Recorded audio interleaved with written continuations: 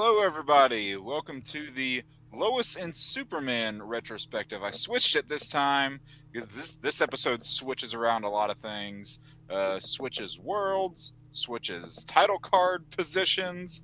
It's a very bizarre episode, as per the title. Bizarros in a Bizarro world, I think is the full title of the episode, if I'm not wrong there. Um, and this is one of my favorite episodes of the season. I'll say that. Before we started this, Darren said that he wasn't as crazy on it, so I'll be curious to get into some of that and you see where we fall on this episode at the end of the day. What were your guys' kind of just initial impressions in a bubble?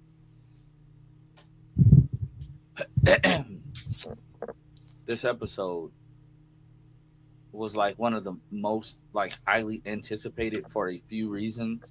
I loved being able to go to Bizarro World to see that it was they followed comic book accuracy to a T with the square, having Clark get acclimated to this world, learning the differences, and the fact that he was slowly losing his power because of the red sun. Learning that everything in this world and everybody is backwards, meeting doppelgangers of his, family and friends. I thought that this entire episode was really, really cool. Yeah. You see that he very quickly picks up on the reverse speech type thing when he's talking to the hologram of his mom, and he just picks up on it instantly. That is so hard to nail down, to learn how to talk backwards. Yeah. I don't know if I could do it. What we should do for this episode specifically, whenever you're doing the audio editing, Lance, just reverb all of our dialogue so no one knows what the hell we're saying. Okay, don't do that, but for this episode it would just be funny. I'll do it. Oh no. I'll do it. Only because Darren said do it. It'll be our lowest viewed episode. Very true. Very true. Is that a high bar? No, I'm kidding. But no, I really liked this episode a lot. Darren, I'm curious as to why this episode didn't work for you as much. I think it might just be the plotline as a whole. I'm just not the biggest fan of. I just don't care about the alley stuff as much. So I think this being the biggest alley-centered thing as a whole would put an effect to it. It's definitely a cool episode. It's cool seeing all these alternate versions of these characters.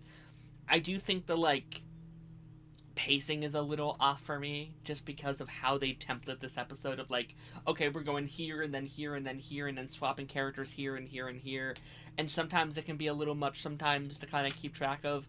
But I get it. It is very cool to watch on screen and to see these alternate versions of these characters.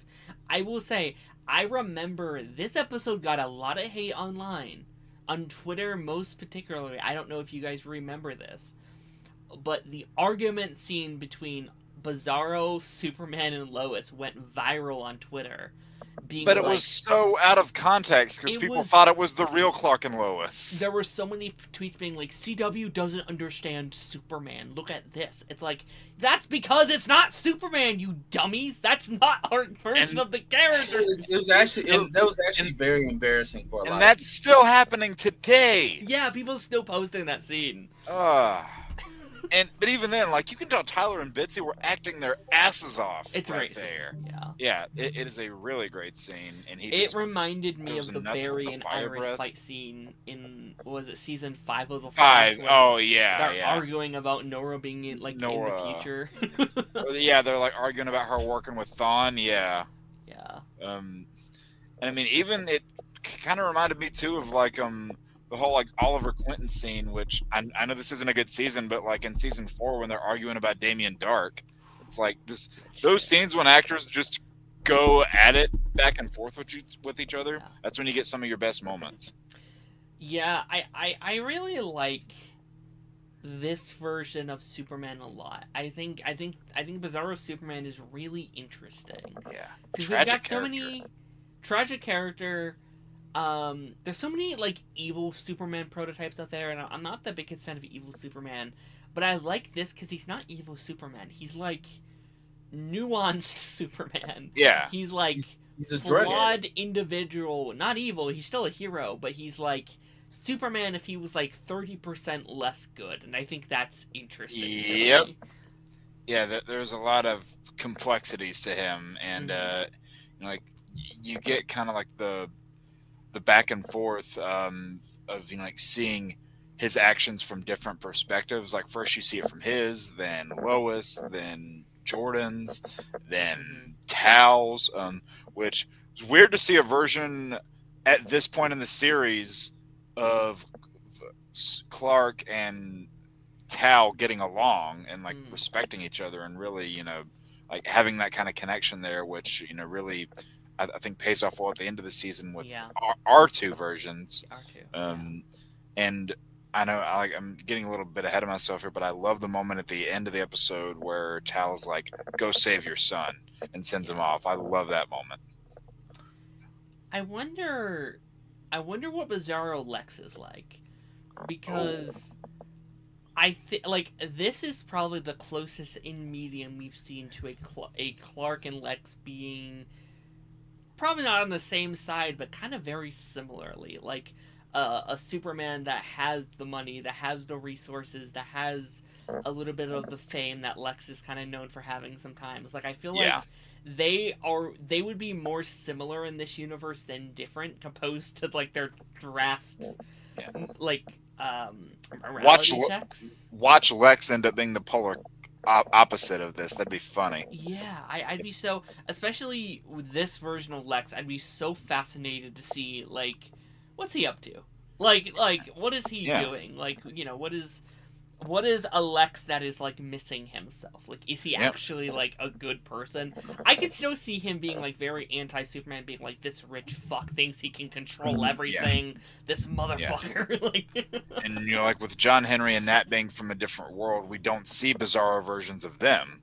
So just another thing to think about there. And I finally caught the Easter egg that Darren was talking about to us in this episode too, where like Crypto is a cat. I saw that one. There was another Easter egg too that I caught, which again ties into the whole retcon near the end of the season, which I know this is Bizarro World, but you hear Jonathan bring up Star City to Allie. I'm like, wait, what? And looking back, like I just finished rewatching that episode. I'm like, damn it, guys. Okay, so here's a fun question. What is the Bizarro version of some of our Arrowverse heroes? Like, what's Bizarro Oliver like? What's Bizarro Kara or Barry like? What's Bizarro Spartan like? I don't know. Yeah. That's fun to think about. It is fun to think about, and again, like, I remember at the time being like, well, how does this affect the other TV shows? Like, where's all the other bizarre, now it doesn't matter. And to be fair, it kind of makes the story better now knowing it's not, because it just makes because you don't have to think about all this stuff going on up here. Yeah. But it's like, where's Kara? Why isn't she fighting Allie? And like with the I will say I like the structure where it was like jumping back and forth between perspectives and also points in time. Because when you see Clark arrive in the world, you see a burnt corpse right outside the portal. You don't know who it is yet, and then you see what happens to that person and who inevitably, kills them. And really crazy scene, by the way, with Jonathan, where he just scorches Anderson, and then later he ends up killing the other Anderson. So I really enjoyed.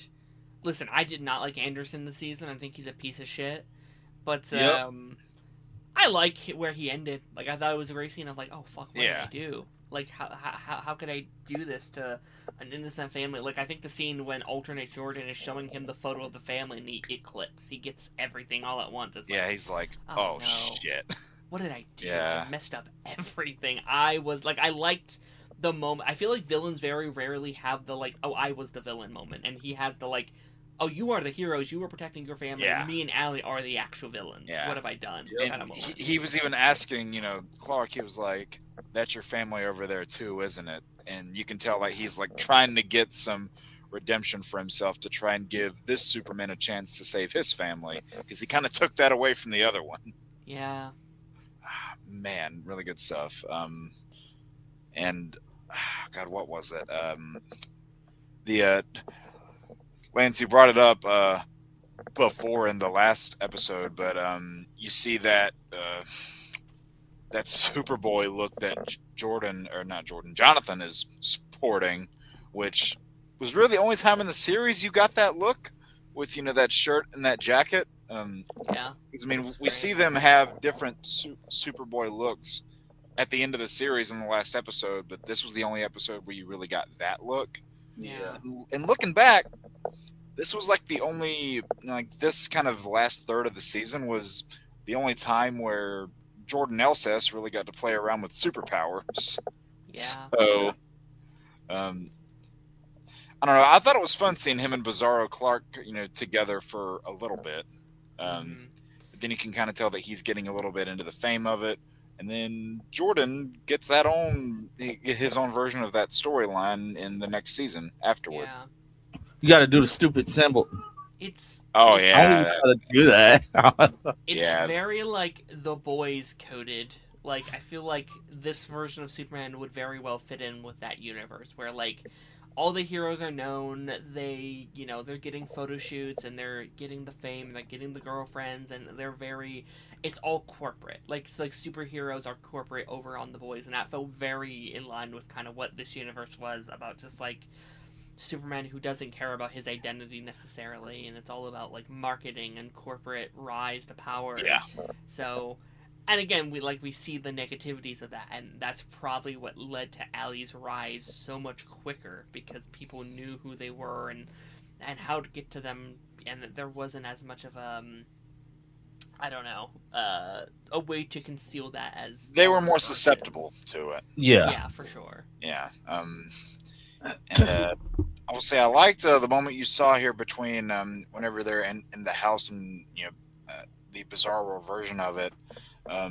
Jonathan's like, oh, and like my dad never loved me, and like he kind of just shakes off the fact that he's dead really quickly. And then you see Bizarro Lois, and she's like, yeah, he did more than you will ever realize. Yeah. And you can see Clark's kind of catharsis that he's going through because he's like, wait, that's my wife, but that's not my wife. This is weird. Yeah. And I want to talk about Jonathan Jordan just really quickly and how I Go think ahead. You have the floor. Hot stuff. how their powers I do mirror our versions of those characters. Like I think Jordan's kind of a mess over in this like Bizarro where like he's very timid, he's very quiet, and He's it kinda very makes emo. sense. He's very emo, but I think it makes sense A little because bit. in our universe he was able to get over that because he got these powers and he became more confident and via getting all this stuff he was able to speak up to someone like Sarah and he had more confidence and he was able to become the person he was. And I think you switch that around, Jonathan was already a very confident, outgoing, outspoken kid. You add superpowers to that and no one to contrast it like we do in our world. You can see how Jordan could have became a very egotistical, very outgoing, very nuanced anti-hero to ultimately villain. So I think it contrasts our world. And I think switching those dynamics around was very, very smart. Because we see shades of that in season 3 whenever Jordan does get exposed to a little bit of that fame. Mm-hmm. And I'm trying to think of like other moments in this episode too. One that kind of surprised me whenever whenever Jonathan, the Bizarro Jonathan, like shows up at the DOD, and then all of a sudden Lana is behind him. You're like, oh crap! And like I imagine that Emmanuel Shriek probably had a lot of fun with these moments too. I mean, obviously it's not her doing all the stunts; it's a double for most of it. But I don't know, those moments where like they just let the other actors that are not normally in those moments kind of just get their feet wet a little bit and like just play around with those things is really fun. This is the kind of episode where you can really go wild with that concept. And as a small little note too, is that what all wedding dresses look like in a Bizarro world? That's because for some reason, like that just made me chuckle a little bit when you see, like Tao is wearing like essentially what our version of him wears, like that black Kryptonian kind of garb. And then she's like very, what's the word I want to use? Like corpse bride style dress over here with Lana. I'm like, all right, that's a choice. Yeah, Talro and Lana was not a ship that I thought we'd ever see, and then they gave it to me, and I'm like, I kind of don't hate it. Yeah, because I Kinda mean, like, works. it's just them going nuts with the Bizarro concept, and they can really do whatever they want with that. Yeah, and I guess with it being like a reversed world, I guess it kind of makes sense that like she would get with the other Kryptonian Yeah, superstar instead. Um, we don't ever so see Kyle in this world, do we? No. no, no, I wonder. I guess in this world he just didn't get with Lana, so he probably didn't Yeah, stay in Smallville. He probably moved away after high school or whatever, or maybe they did get together, but they didn't like stay together. Like maybe they broke up after high school yeah, or something. maybe. Because like she's in, like we see her like in the bar, so I guess that's assumed that like she doesn't have like Sarah probably doesn't exist for that same reason. You Yeah, know, because they okay. we did Interesting. get a bizarre version of another character in this episode, though. We saw Bizarro Chrissy for a few Bizarro scenes. Chrissy, and also Bizarro. Oh, what's her name? The like reporter lady we got back too. Um, Porter lady. who's friends with who's friends with Lois at Oh, the Janet. Janet. Yeah, Yeah, Janet's back. yeah. I That was an odd return, but I'm like, all right, I always enjoy Janet when she's here. I think she's a Janet fun person. Jackson. Janet Olsen. Oh. It is Do you have Olsen, any right? thoughts, Lance, on this? Uh.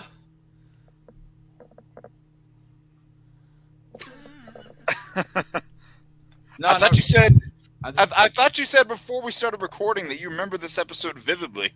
I Yeah, do. Lance. I do. Okay. But like I said, like this was one of the like most highly anticipated episodes. Who's beating their meat right now? Jesus. It's my keyboard. Continue.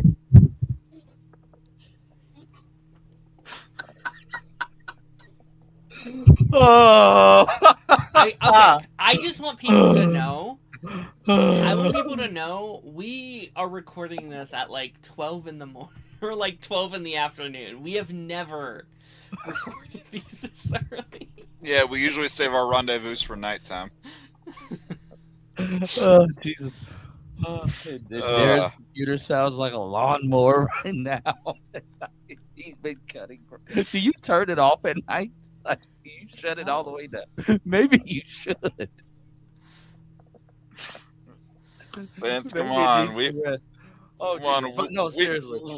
We've been talking a lot, Lance. Come on. Yeah, serious. No, but this being like one of the most highly anticipated episodes of this season, I think it gave fans like a much needed escape from the regular world, especially since this season people already weren't really vibing with like the Ali Austin of it all as a big villain.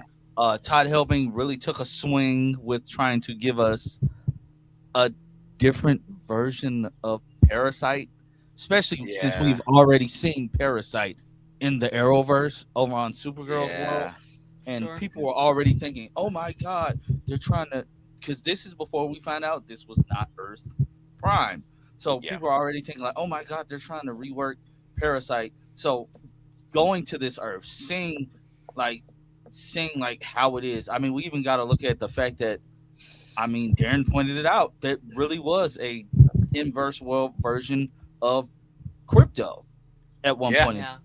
Like we really got to see the differences in between the worlds, and I honestly think we needed that because we didn't get to stick with Bizarro Clark for very long. I mean, they killed No. him off within the first few episodes of the season, so we got to see where he came from. We got to see why he was the way that he was, and again, this episode gave Anderson much needed redemption, but I think it was too little, too Yeah. late. I It mean, let us know that I will say Jordan Elsas played the hell out of this role as Jonathan and as inverse Jonathan, because he was preying upon our Clark's emotions. Our Clark would never think that, oh, my son could turn evil no matter what world you're from. He would never think that. So Yeah. seeing that reveal and seeing how he reacted to that was like honestly just kind of crazy. And as we get to the end of the episode, don't they all end up like dying? Well, so Mitch gets killed, like the other Anderson gets killed. Yeah, because Jonathan kills both of them ultimately. Clark or Tal sends Clark through the wormhole again, and then he gets back there. And then it cuts back to our world because you see the other side of that whole, hey, like Jonathan's back. That's not Jonathan. You see the other side of that now. Like you see the other half of that story, that scene. And I'm pretty sure that's how it ends with like our Jonathan coming back to see that other one, which I'll say this. There was a scene like earlier where you see Jonathan getting a little bit of a headache.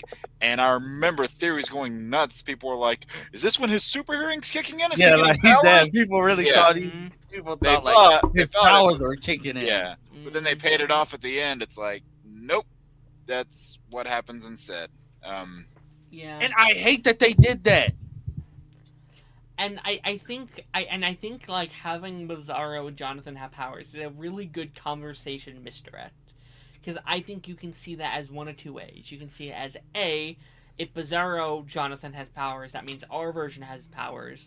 Or two, Jordan just doesn't have powers on the other Earths and it's just flipped instead. So I think that made a good conversation point. Because I remember so many people being like this confirms Jonathan has powers, and I was like, I don't know if he can assume that. Obviously he did, which I think would be interesting to like see like, okay, that Jordan would eventually end up getting superpowers. So yeah, like, that would have been that fun. look like what is someone who's like father is that's interesting. His father is dead, his brother is evil, locked up on our Earth. So he would be one of the only Kryptonians. I guess Tal-Rho did eventually go over, so it'd be those two together doing stuff. So yeah, and could have worded that differently. But speaking of Tal, I do like the the moments before Bizarro Clark like ultimately goes off to the other world, like the moments between them where he's like, please, you have to help me against her. And that's just again another contrast between where our Clark and Tal currently are, and kind of showing you where they're going to be at the end of the season, where like they really do trust each other and get along, and you can kind of tell that those moments lead into Tal's decision at the end of the episode, which was probably one of my favorite moments in it. It was I just love those two together. Yeah. I just love seeing them together, and it's a shame that after the season we never see them again. I think he's still one of my most like, man, I wish we could have seen things in the whole show, because I just wish we could have gone back for 4. I think it's Fair. Kind of a missed opportunity. We couldn't. I understand they were under budget. They did not have the resources they needed. So it's not a complaint on season 4, but I would have liked to have seen it. You're good, Lance. It's okay. You're good, But no, I mean, I'm pretty sure that's the most of the stuff covered in this episode too. This was one of the standouts of the season for me. There's one more that like I remember really loving back then, and I'll have to see if I like it as much on rewatch. But no, I really like these 2 episodes a lot. Oh, hi there. It's all right, like Taj. Superman, It's all right. Taj isn't here. You're okay. Mr. Hot. Darren, I thought they called you Mr. Hot Man for a second. Get your child. Get your child. They like your hat. Get out. No, I don't. It's too hard. All right, is that it, Jake? Or is that I- a wrap on episode 10? I think so. Yep. So, Daddy. yeah, that's that's probably going to close out this episode here. We've got, what, 5 more episodes left of this season. I thought we had 6 or 7. Damn it, Lance. Damn it. You're a bad influence on your children. You know what? If they grow up learning that, it's your fault. Yeah, that's going to wrap it up for this episode. I hope you guys have been enjoying watching through this series with us. I know the uploads of this season's retrospective are as sporadic as the real-time season episodes were But we back fixed in the that day. problem. Going forward, we should not have that problem again. Hopefully not. We definitely did not film 9 and 10 together. We definitely At all. did not. I don't that know what you're together. talking about We're there. wearing We completely just- different clothes. I Yeah. wore a hat this time, so totally different. Yeah, I don't know. I'm not wearing any pants. That's every week. Oh yeah, true. No comment. But yeah, that's gonna finish things out here. You guys, well, I mean, this is obviously going on Lance's channel, so you obviously know where to find him. Should know where to find us by now. I don't know where the hell I'm pointing, but should know where to find all of us by now if Lance actually sends out collaboration links.